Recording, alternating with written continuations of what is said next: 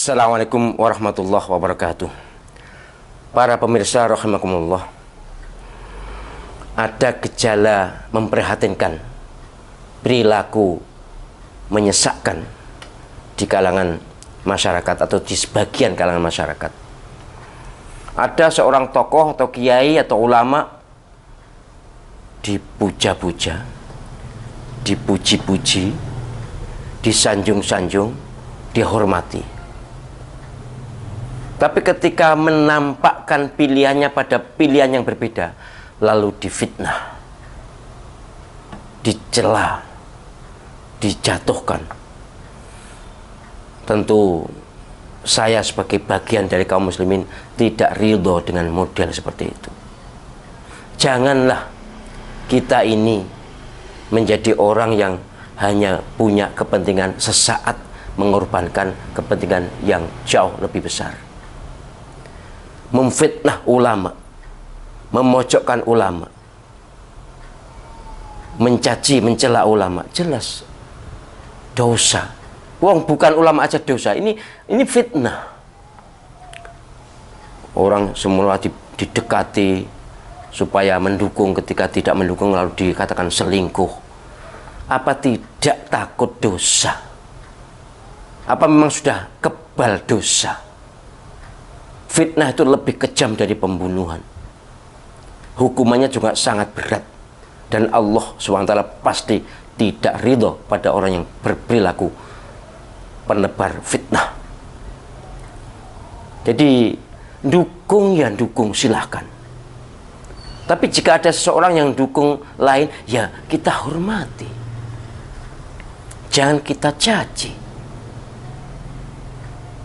Dan peringatan keras dari saya adalah, justru dengan memfitnah begitu, justru dengan memojokkan tokoh-tokoh yang sebenarnya orang baik lalu dianggap selingkuh, kalian akan nyungsep.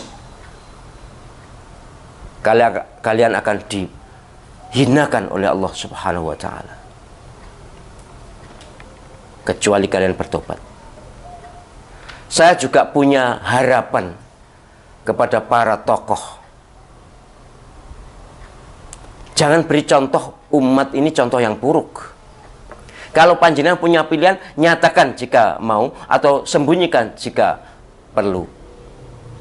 Tapi jangan juga panjenengan menyalahkan orang yang memilih dengan pilihan tidak sama dengan panjenengan. Ini sering saya sampaikan karena masih banyak penceramah, tokoh, ulama, kiai yang merasa benar sendiri. Nek gak sama dengan dia, maka mereka adalah bodoh, goblok. Itu sangat tercela, akhlak yang amat tercela. Sekali lagi, soal pilihan kan hak asasi. Benar salah kan urusan pribadi.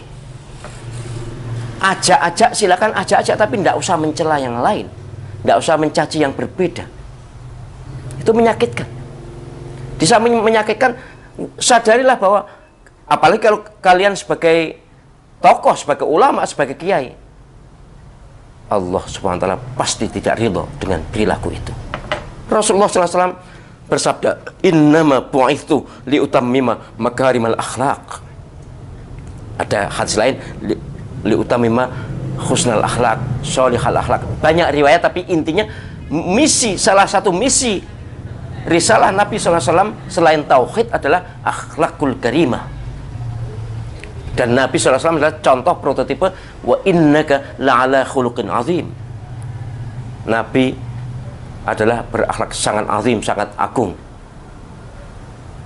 Maka kalau sudah makomnya ulama, makomnya kiai, makomnya habaib, makomnya ustadz, harus lebih wise, lebih bijak, lebih hati-hati dalam bertutur kata dan bertindak laku. Semua tutur kata, perilaku kita ada yang nonton, ada yang ngikuti, dan tentu ada yang ngawasi, yaitu Allah SWT dan malaikat. Maka jangan juga orang yang sudah disebut kiai lalu menebar fitnah. Jangan juga orang yang sudah disebut ulama lalu menebar umuk atau obrol bohong. Jangan.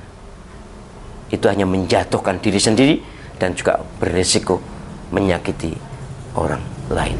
Padahal masalahnya hanya soal pilpres. Yang jadi siapapun, kita juga sebagai rakyat seperti ini. Tetapi sekali lagi kita hormati pilihan semua, milih A atau B, milih 1 atau 2, kita hormati. Itu penting. Tapi tidak usah mencaci, tidak usah menohok, apalagi memfitnah yang berbeda dengan kita. Subhanakallahumma wa bihamdika asyhadu an la ilaha illa anta astaghfiruka wa atubu ilaik. Assalamualaikum warahmatullahi wabarakatuh.